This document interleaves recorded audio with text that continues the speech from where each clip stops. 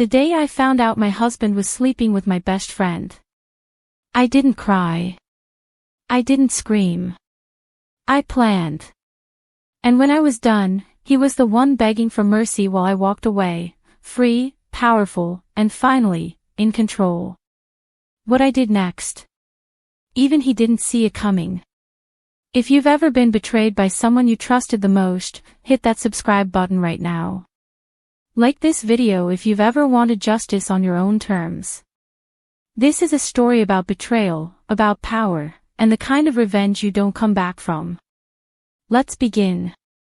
It started on a Monday, so ordinary, so painfully unsuspecting. Elena Rivers had been married to Noah for just under 2 years. Their life was, by all appearances, enviable. The stylish home in Portland, the dinner parties with friends, the quiet Sunday mornings filled with coffee and laughter. Elena believed in that life. She had built it with her own hands, nurtured it like a fragile garden. And Noah, her husband, had been the sun. He was gentle in the mornings, playfully sarcastic in the evenings. He said he loved her more than yesterday, every day. He touched her back when passing by, left her notes when he traveled, and told her she was his home. And Elena believed him. Why wouldn't she? Her best friend, Lila Monroe, had been part of her life for more than 2 decades. From scraped knees to college nights, breakups to bridesmaid dresses, Lila had been there. Their bond was something Elena never questioned. They had matching tattoos. They knew each other's secrets. Elena used to say, if Noah ever messed up, I know Lila would help me bury the body. She never imagined Lila would be the body. That Monday, Elena was at home, sitting cross-legged on the couch with a half-finished tea and a to-do list open on her phone. That's when the message came in. A DM from a stranger on Instagram. No profile photo, no mutual friends. Just 5 words that sliced through her comfort like broken glass. You should check on Noah. Her heart didn't sink. Not at first. It paused. She clicked the message open and scrolled. Another line, saw him at the Thompson Hotel last Friday. Room 507. Not alone. Her thumb hovered. She stared. The name of that hotel. It was where Noah once said he stayed for a work conference. Last Friday, he told her he'd be pulling an all-nighter at the office. She read the message 3 more times, her pulse slow but thumping loud. Her eyes scanned every detail of that DM, hoping it was spam, a mistake. She even laughed softly, nervously. But that voice inside her, the one she buried under loyalty, began to whisper. That whisper became a throb, then a roar. Still, Elena didn't confront Noah. Not yet. She told herself she was above suspicion. That trust was stronger than paranoia. That Lila was like a sister. That Noah wasn't the type. But denial, as always, is soft at first. It cradles you until the truth decides to shatter it. The next day, Lila invited her to lunch. They met at a quiet cafe near Pioneer Square, a place they used to visit during college breaks. Lila was herself, almost too much herself. Bright. Bubbly. Lipstick perfect. But her eyes, Elena noticed, flicked to her phone every few minutes. She looked at Elena, but never into her. She talked fast. She laughed louder than usual. It wasn't obvious. But something was off. They chatted about work, the weather, someone's engagement. Then Lila said it, so casually it almost sounded innocent. I think Noah's getting close to that new analyst at his firm. I saw them together a few times. She's pretty, you'd hate her. She chuckled. Elena didn't laugh. Her fork froze mid-air. The air felt heavier. Her mouth opened slightly, then closed again. Her voice came, calm but too soft. Who? She asked. Lila shrugged, her eyes down. Some new hire. I don't know her name. It felt like being hit without a bruise. Elena nodded, smiled weakly, excused herself to the restroom. Her knees almost buckled as she stood. Inside the tiled walls, she leaned against the sink, her knuckles white as they gripped the marble. Her best friend had just thrown a match into a house she'd helped build. Was it Lila? The message hadn't said. It only mentioned Noah. But now, that seed had grown vines, wrapping around Elena's chest. Every night Lila had come over. Every glass of wine shared. Every glance exchanged between the two of them that Elena had never thought twice about. They replayed in her mind like a twisted montage. By the time she got home that evening, her world was no longer safe. But she needed more. More than a message. More than a look. She needed truth. Proof. The kind you don't unsee. So she waited. That night, when Noah got home late with a weak excuse and soft eyes, Elena smiled. She kissed his cheek. And then she quietly made a copy of his phone backup to her iCloud. Because whatever was hiding in room 507, she was going to find it. Elena barely slept that night. Her eyes flickered between the glow of her phone and the ceiling above. Beside her, Noah lay breathing softly, turned away from her as if the separation of their spines could hide the secrets between them. He looked peaceful. Undisturbed. And that made her blood boil. By 4:17 a.m., the backup was complete. Her heart thudded like a war drum as she opened the app that let her mirror his data. Photos, messages, emails. It was all there. A digital map of a marriage she was beginning to realize had already ended, she just hadn't received the memo. She started with his texts. There were dozens of messages, most innocent.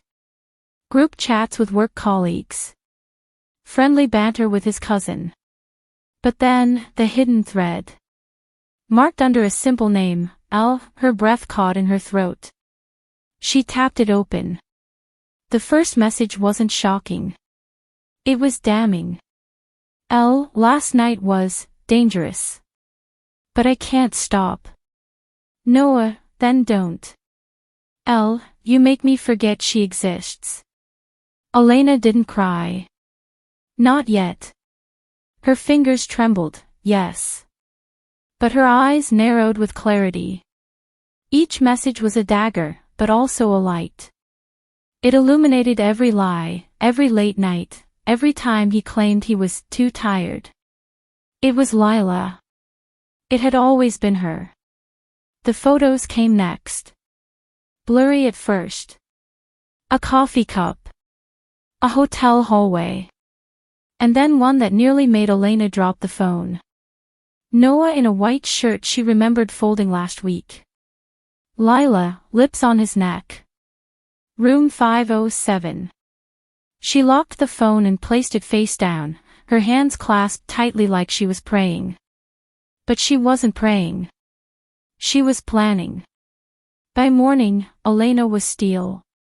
Noah walked into the kitchen rubbing his neck, yawning. Didn't sleep well, he said.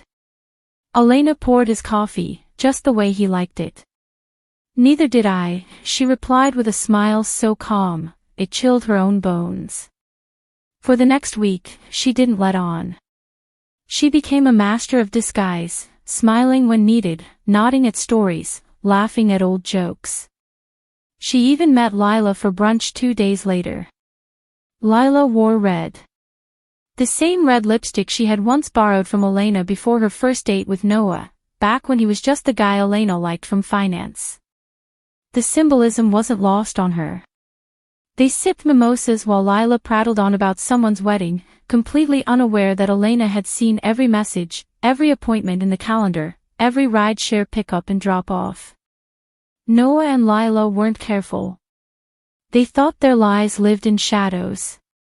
But Elena had dragged them into the light. That night, she stood in front of her bathroom mirror again. Her reflection wasn't broken. It was blank. Like someone who had already died and was now rebuilding from the bones. She could have confronted them both that night. She could have screamed. She could have exploded. But what would that do? Let them see how much power they held. No. That wasn't justice. That wasn't revenge. She needed to make Noah feel it. Not just regret. Humiliation. Confusion. Desperation. She needed to become the mirror he couldn't look into without shattering. The next step came like instinct. She remembered Ben, their mutual friend from college.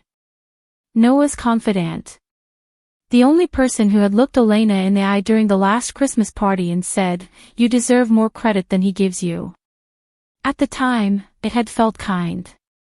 Now, it felt like foreshadowing. She messaged him. "Hey, I've been thinking a lot. Would you want to grab coffee sometime? Just, to talk ****. He replied in under 2 minutes. Absolutely. Say when ****. Elena stared at the message, her lips forming a slow, dangerous smile. She didn't know yet how far she'd go. But she knew this, they had burned down her trust. Now she would burn down their illusion of control. No more tears. No more denial. No more waiting. Elena Rivers was done playing the good wife. And soon, they'd all see exactly what that meant. The meeting with Ben was set for Friday evening. Elena picked a place that Noah hated, a rooftop wine bar downtown that he once called too pretentious. It was perfect. Not only was it high above the city, but it felt like neutral ground. A place above the lies, above the pain. She dressed simply, but deliberately. Black dress.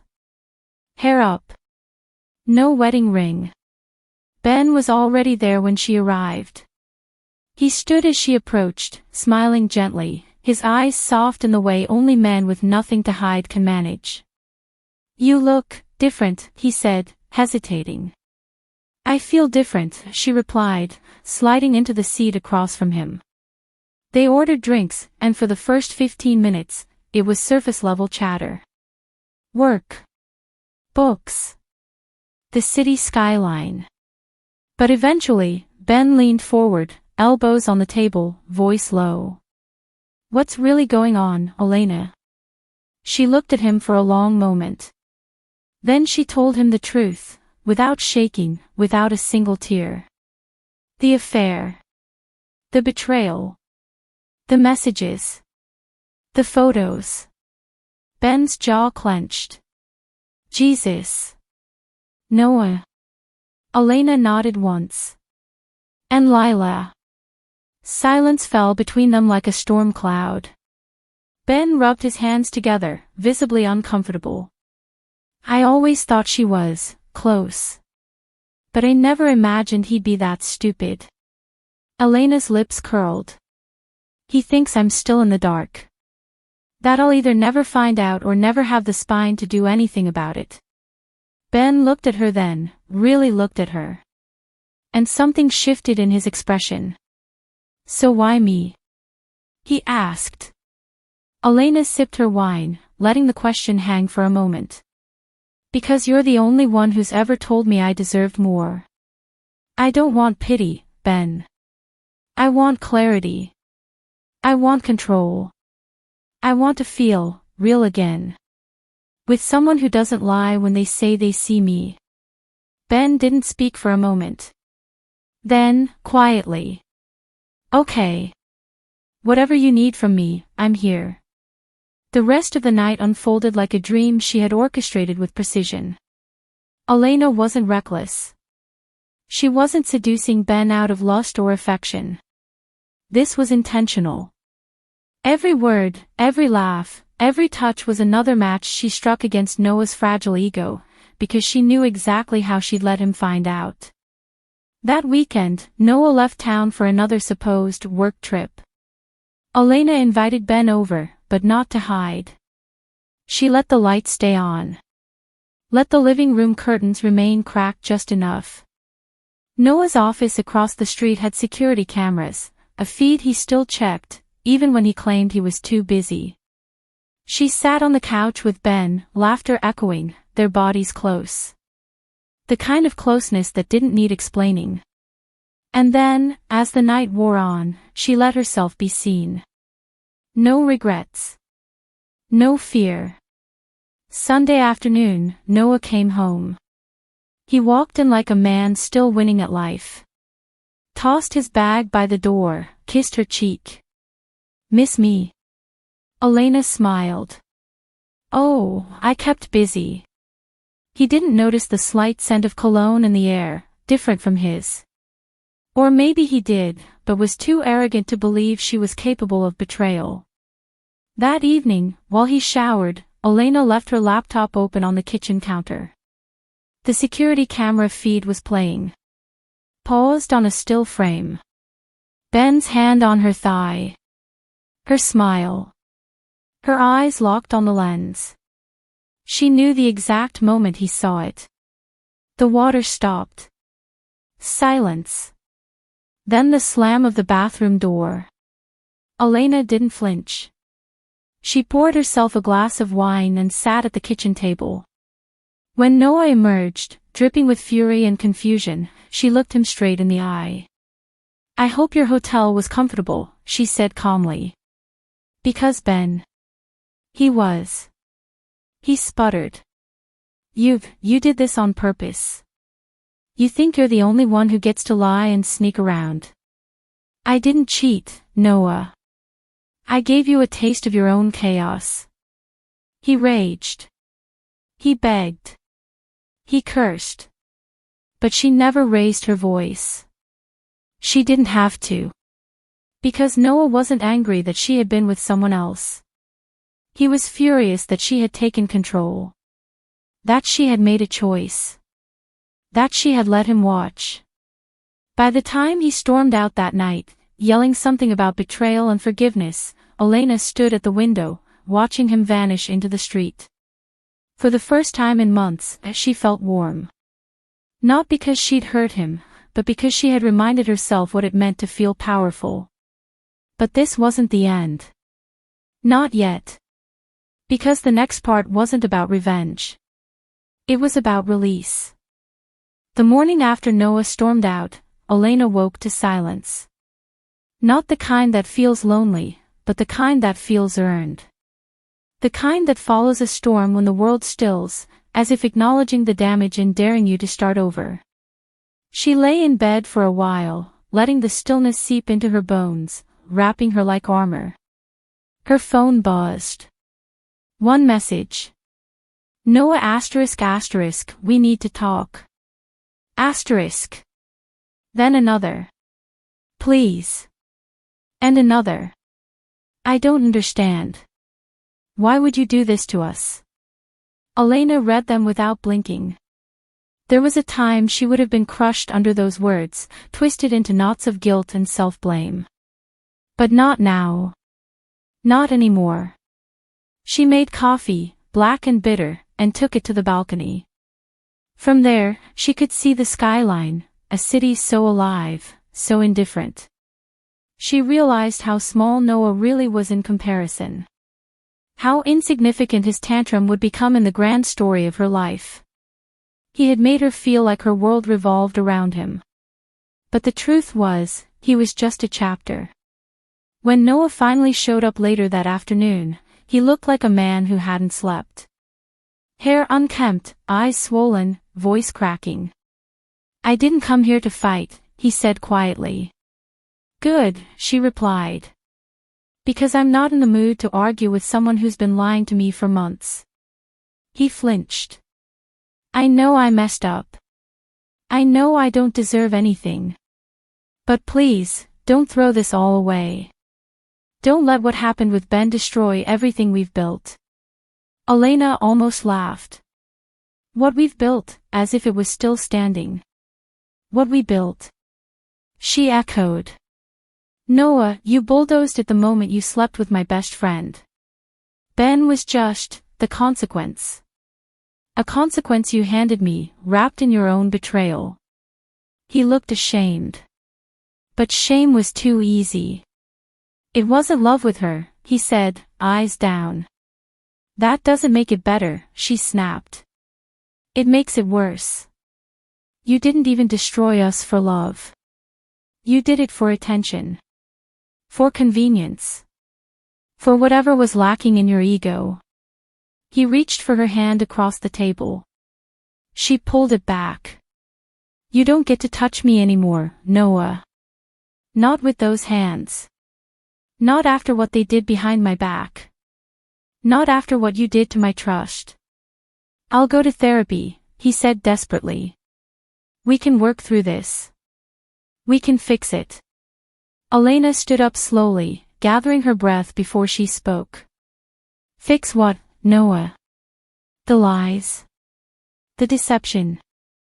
The image of my best friend in your arms. You didn't just cheat on me. You cheated on the life we were building. You let it rot from the inside and smiled while it crumbled. He was crying now. And part of her felt a flicker of pity. But she extinguished it quickly. That emotion wasn't for him anymore. It was for the woman she used to be. The woman who once would have fought to fix this. She was gone now, burned away in the fire Noah started. I love you, Elena. That made her pause. She looked him in the eye, hard and steady. Then you should have protected me. Her voice cracked, but she didn't break. You should have respected me. Loved me enough to be honest. To say you were unhappy. To not crawl into bed with someone I trusted with my entire life. He collapsed into the chair, defeated. But Elena was far from done. You're not crying because you lost me, Noah. You're crying because you lost control. And that's what this was always about, wasn't it? Control. You had me. You had her. And you thought I'd never fight back. You were wrong. He didn't respond. He couldn't. So here's what's going to happen, she said, voice rising just enough. I'm filing for divorce. I already have the lawyer. The papers are being drawn up. And no, this isn't a threat. This is a boundary. This is me reclaiming my life. Elena. No.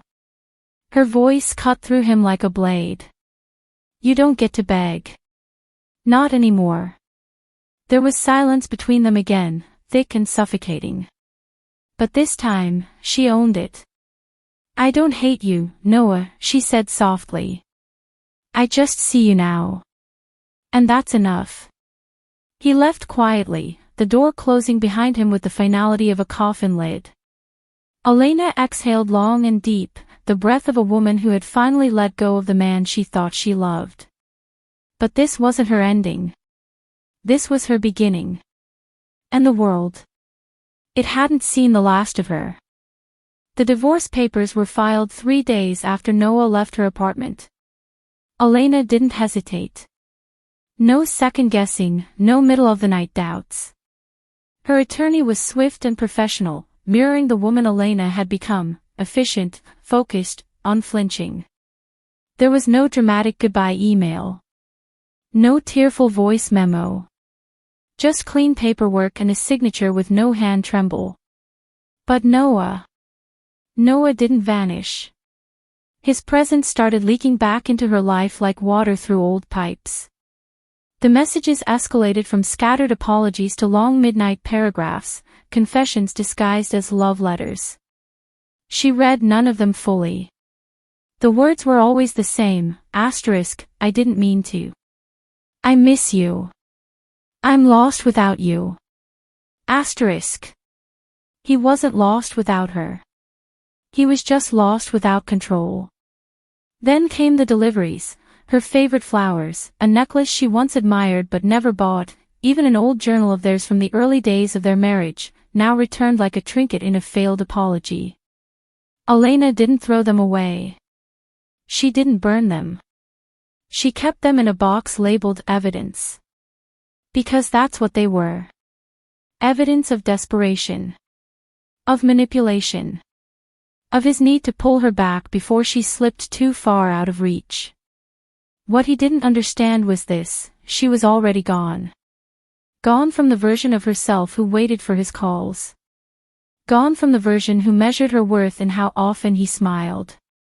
Gone from the girl who once cried on Lila's shoulder after fights with him, not realizing that shoulder was already marked by his hands. Elena wasn't trying to prove a point. She was rebuilding. She went back to the gym, not for revenge body nonsense, but to feel strong in her own skin again. She took on extra projects at work and crushed every one of them. Her boss noticed.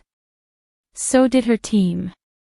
And for the first time in months, Elena wasn't shrinking herself to make someone else feel taller. The biggest change came in quiet moments. Saturdays used to be filled with errands and brunches with Lila. Now, they were sacred. She'd light a candle, put on a record, and sit cross-legged with a book, her phone off. There was power in that silence. She didn't owe anyone access anymore. Especially not Noah. Then one morning, a knock on her door.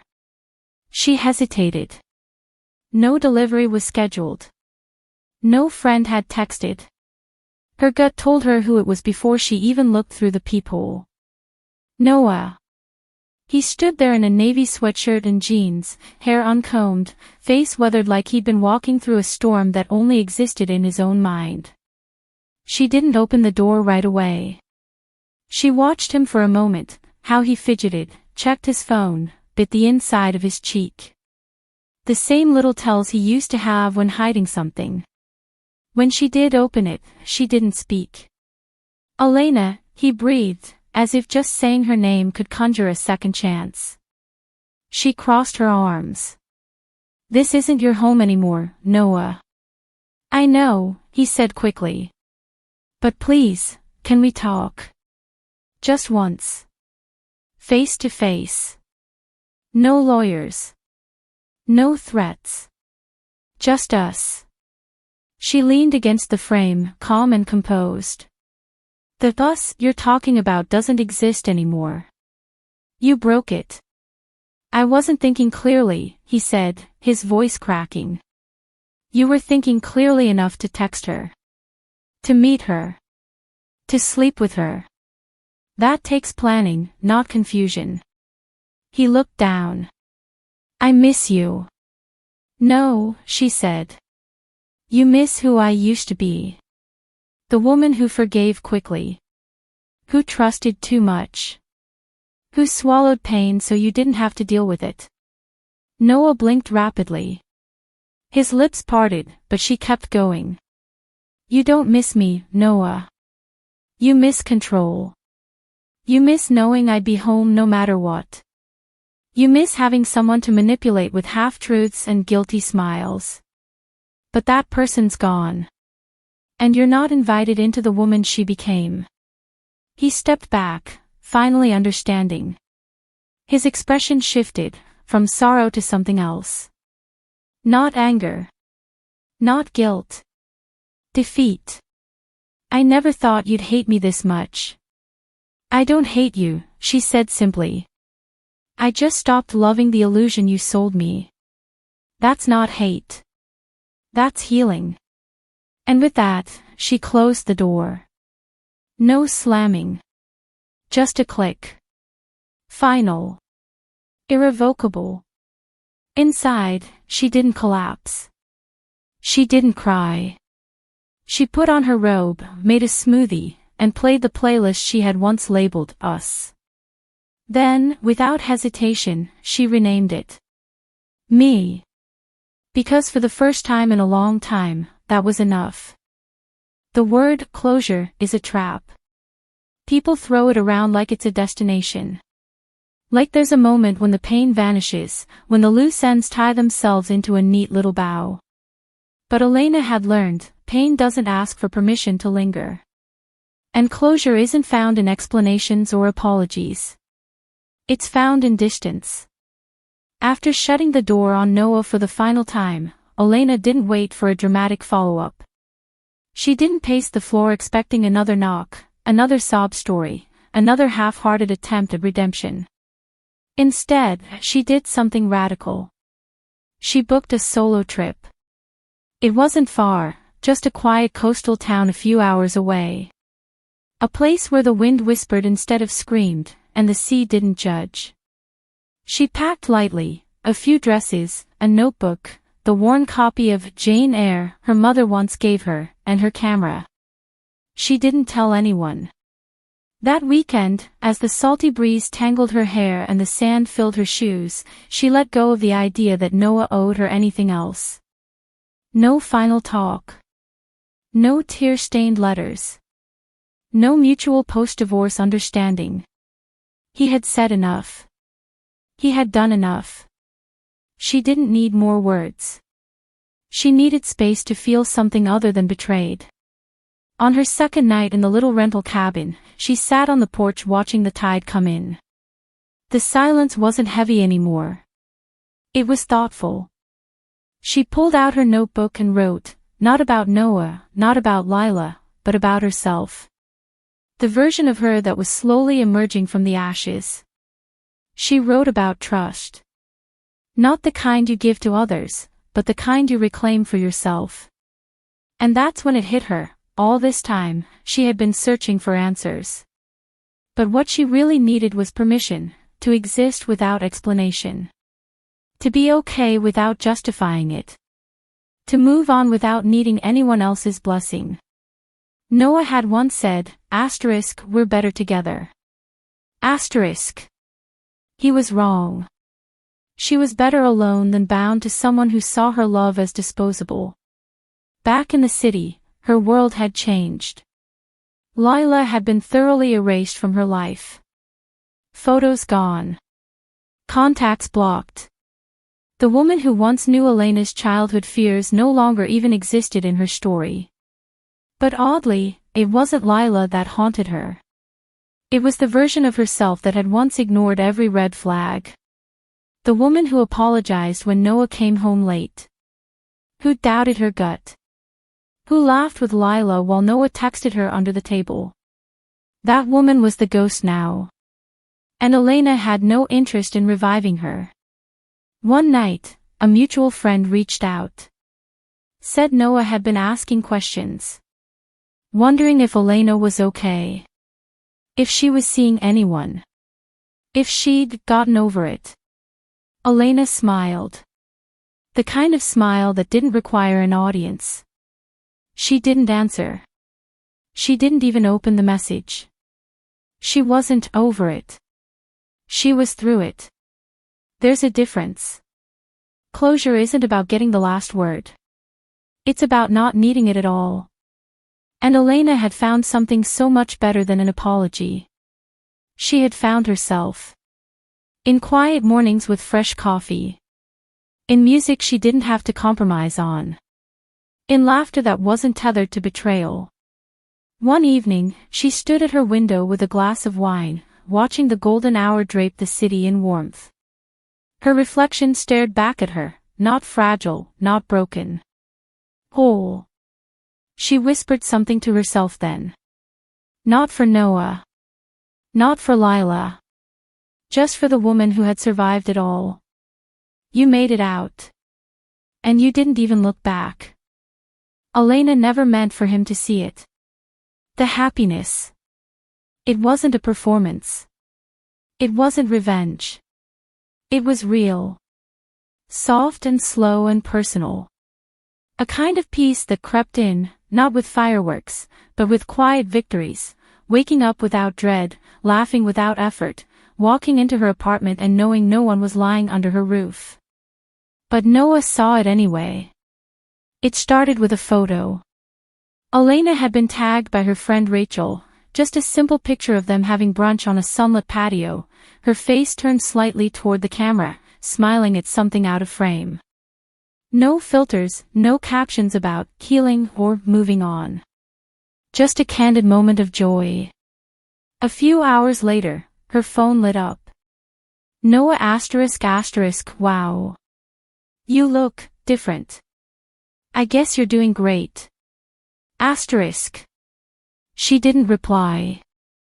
He sent another message a day later. I can't stop thinking about you.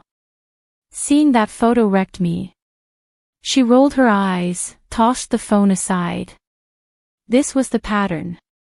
He didn't care about her healing. He cared that her happiness didn't include him. The man who once cheated without hesitation was now the man unraveling because the woman he underestimated was smiling in someone else's world. The final crack came when he saw her with someone new. It wasn't serious. Not yet. Michael, a colleague she'd reconnected with casually, had invited her to a gallery opening. They talked for hours, laughed over red wine, and walked side by side through aisles of paintings that made the air feel alive. Michael didn't try to fix her. He didn't rush. Didn't ask about Noah. He treated her like someone worthy of being seen, not someone to be managed. They were walking out of the gallery when Elena heard her name. She turned, and there he was. Noah. Standing across the street, staring. Hands clenched, jaw tight, eyes wide with disbelief. For a second, no one moved. Then Michael, unaware, touched her lower back and smiled. Want to grab a drink somewhere quiet? He asked. Elena nodded. Not because she was trying to make Noah jealous, but because she genuinely wanted to. Noah didn't follow them. But the messages came again that night, rapid fire. You replaced me already. That guy. Really? So it was all a game. You lied to me too. Elena stared at her screen. She felt nothing. No anger. No satisfaction. Just a strange sort of pity. The kind you feel when a child throws a tantrum after breaking their own toy. She typed one line. You taught me how to stop waiting. And hit send. The next few days, she heard through mutuals that Noah had spiraled, quitting a project at work, canceling plans, acting erratic. Someone said he accused Lila of using him, as if he was the victim in the war he started. Elena didn't gloat. Instead, she lit a candle and played the same song she once danced to alone in her kitchen during the worst weeks of her grief. But this time, she danced with company. Not Michael, not anyone else. Just herself. Arms up. Heart light. A woman who had walked through fire and came out gold. That's what Noah couldn't handle. Not that she had survived him. But that she was thriving without him. He always thought she needed his love. He never realized, what she needed was freedom. And now that she had it, there was no going back. It was a Tuesday afternoon when Elena received the email. Subject, I owe you the truth. The sender, Lila Monroe. For a moment, the name alone made her stomach twist.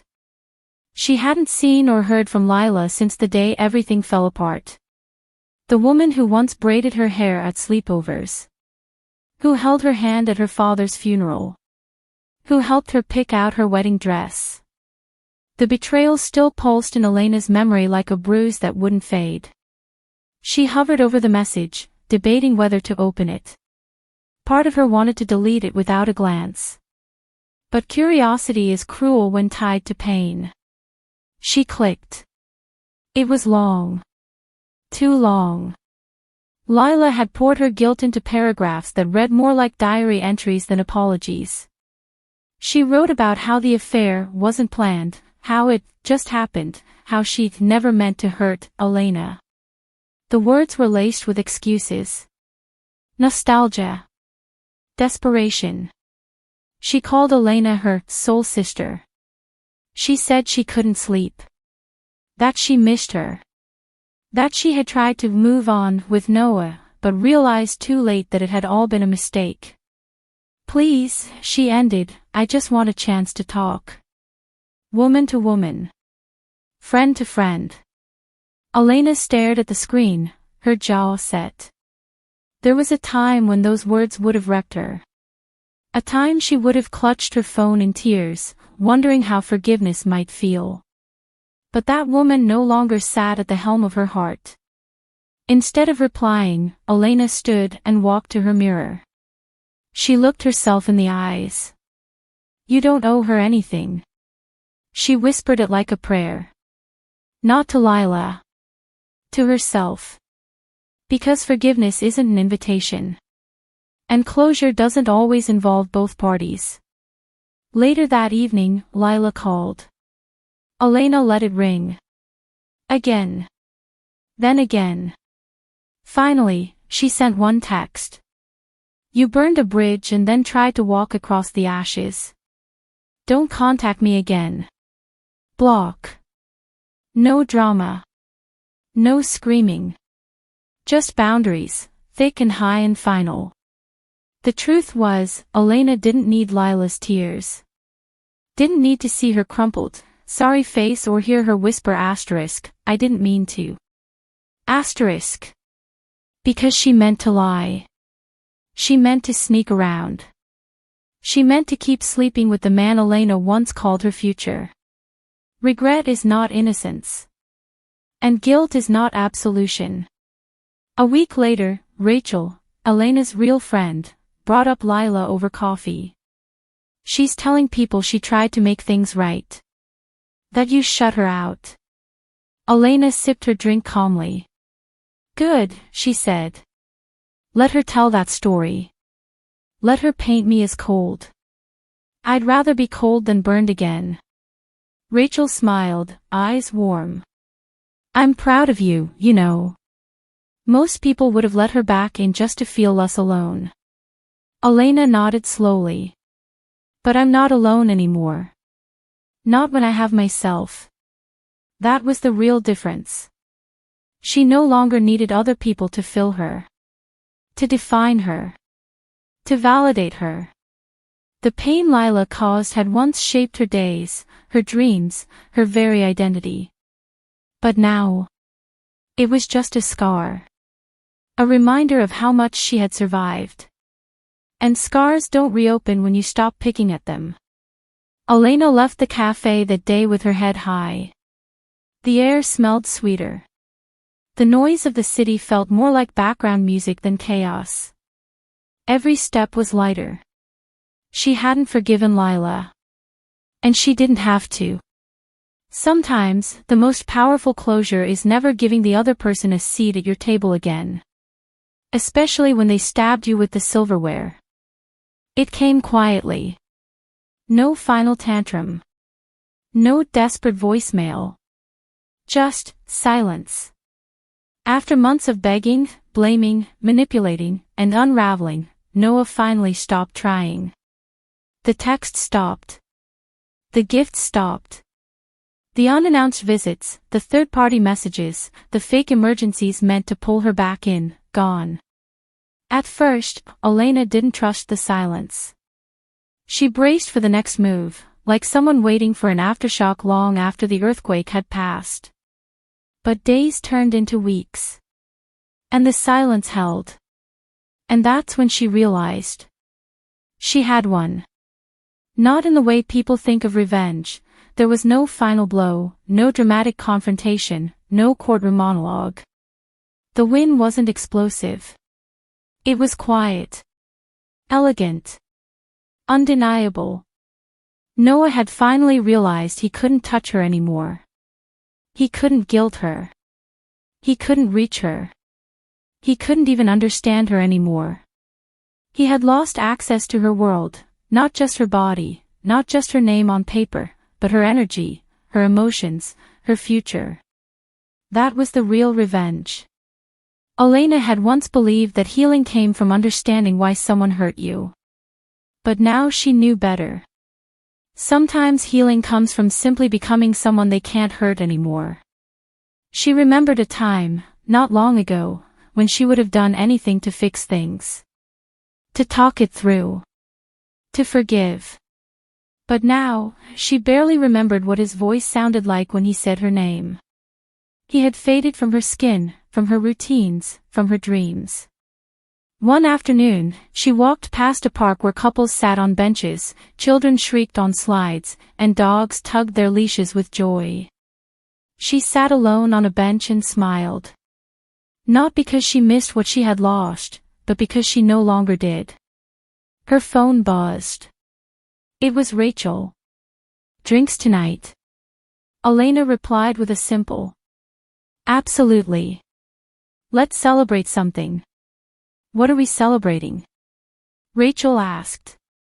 Elena typed, paused, then hit send. "Me." That night, they laughed until their faces hurt. Talked about work, books, even flirted with the bartender who looked like he walked out of a movie. There was no mention of Noah. He was no longer part of the story. The next morning, Elena woke up to sunlight streaking across her sheets. She sat up slowly, stretched, and walked barefoot to the kitchen. Coffee brewed. Music played low. The apartment, once filled with echoes of a broken marriage, now hummed with possibility. She picked up her journal. The first page held words she'd written at the start of it all, weeks ago, when her world had crumbled. "I don't know who I am without him." She smiled and turned to a new page. "I am her now." Noah had finally given up chasing her. And that was the moment Elena stepped fully into herself, not as a woman who had been broken, but as a woman who had risen, rebuilt, and redefined what love means. Not everyone who loses you will know it right away. But one day, they look back and realize you were the only thing real they ever had. And by then, you're already gone. It began with betrayal. But it ended with something far greater, something Noah and Lila could never take credit for, or steal, or shatter. Elena's rebirth. There was no dramatic finish, no slow-motion moment of vindication with thunder crashing behind her. Instead, it was a series of soft, powerful awakenings. It was her reflection no longer looking sad. It was the way her shoulders relaxed when she walked into a room. It was the ease in her laughter, the clarity in her decisions, the quiet certainty that she would never be that vulnerable, silenced version of herself again. One morning, she stood at her window watching the city stir to life. The light hit her face just right. She wasn't waiting for a call, or a message, or permission to move on. There were no more chains. No more echoes of "why me?" or "what if I had just." She had grieved enough. She had mourned the relationship, the friendship, the illusion. Now, she was celebrating the woman who survived them. Elena started writing again. Not about Noah. Not about the betrayal. But about becoming. Her words poured onto the page, raw, free, unfiltered. She wrote about self-respect. About intuition. About letting go of closure and replacing it with clarity. Her blog, once neglected, now pulsed with new life. And to her surprise, people started reading. Women. Strangers.